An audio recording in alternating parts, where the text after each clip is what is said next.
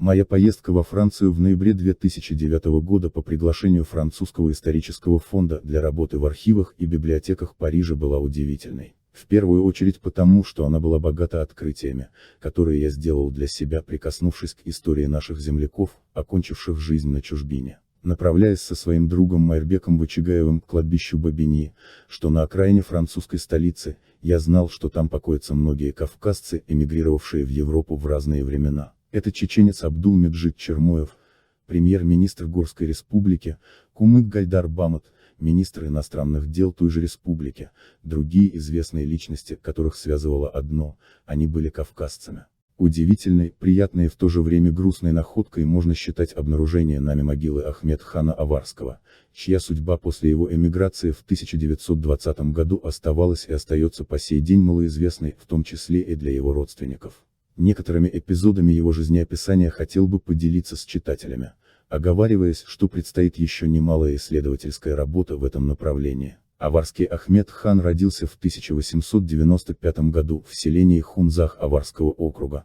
Он был выходцем из славного рода аварских нуцаалов. Дедом его был Фата-Али хан, аварский сын Сурхая хана, бывший наибом у имама Шамиля и женатый на Ханзадай. Последняя была дочерью Хириясу Алибека, сподвижника всех трех имамов, который воспет во многих народных песнях и отмечен в исторических трудах о Кавказской войне, как организатор обороны Ахульго, геройски погибший в 1839 году. У них было 5 детей, сыновья Сурхай хан, Мирзабек и дочери Умани, Султанат и Аба. Так вот, Ахмед хан со своим братом Алибеком, расстрелянным в 1921 году, были сыновьями Мирзабека. Впоследствии дядя Ахмед хана, Сурхай хан, усыновил своего племянника, сделав, таким образом, молодого Ахмед хана Аварского, как наследника аварских нуцаалов.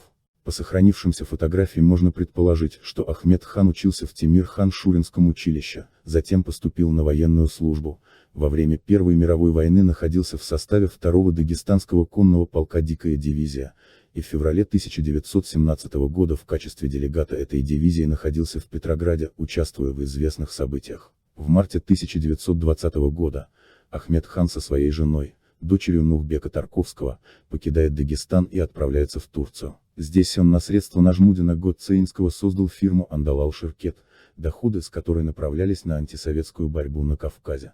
Затем, в силу сложившихся политических событий, он переезжает в Париж, где становится представителем дагестанской эмиграции в Парижском русском Центральном монархическом комитете. Из показаний на допросе Готцеинского в 1925 году. В Ростове, мы узнаем, что Ахмед хан Аварский в 1922 году стал его представителем в Лиге наций. Первый курьер Хаджияф Али приехал ко мне в 1922 году, вспоминал Нажмудин, и сообщил, что Лига наций постановила разделить Россию на сферы влияния.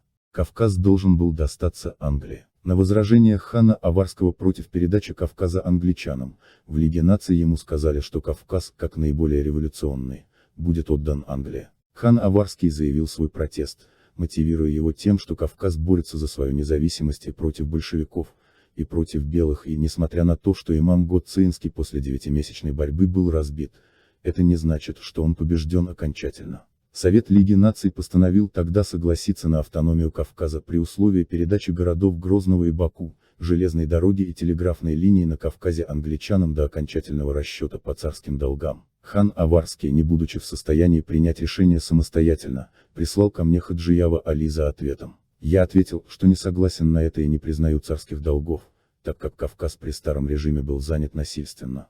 Я поручил хану Аварскому настаивать перед Лигой наций на независимости Кавказа, без всяких уступок на основе международного права. Ахмед хан Аварский возбудил перед Советом Лиги наций ходатайство о признании Готцеинского главой будущего независимого государства на Кавказе, и оказании помощи в свержении советской власти. Идею поддержали, и Готцеинскому была обещана помощь. Этому также способствовала активная деятельность различных кавказских эмигрантских организаций. После подавления повстанческой борьбы Готцеинского, Ахмед хан продолжал оставаться в Париже, занимаясь, видимо, коммерческой и политической деятельностью. В одном из эмигрантском изданий мы обнаружили некролог Ахмед хана Аварского, напечатанный на турецком и русском языках, в котором говорилось следующее.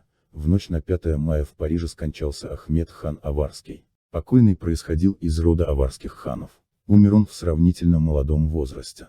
Ему было 42 года. Среди северокавказской эмиграции Ахмед хан пользовался всеобщим уважением и любовью, особенно популярен был он среди дагестанской молодежи. После смерти жены старшей дочери князя Нухбека Тарковского, которая скончалась несколько лет тому назад в Стамбуле, Ахмед хан заболел туберкулезом. Эта болезнь не свела его в могилу. Покойный был искренним патриотом и настоящим горцем, был всегда сердечен и отзывчив. В первые, особенно тяжелые, годы нашей эмиграции, он, несмотря на свою молодость, сумел заинтересовать своих личных друзей, капиталистов в Европе, при содействии которых создал крупное коммерческое общество в Турции. Это дело явилось как бы неожиданным спасением для многих северокавказских эмигрантов, особенно для интеллигенции, которой труднее было в те времена применить свой труд. Ахмед хану удалось пристроить при этом деле около 40 человек, в том числе 4 бывших министров Республики Северного Кавказа, и таким образом, обеспечить им жизнь в течение нескольких лет. Это лишь некоторые страницы из пока еще малоизвестной судьбы Ахмед хана Аварского.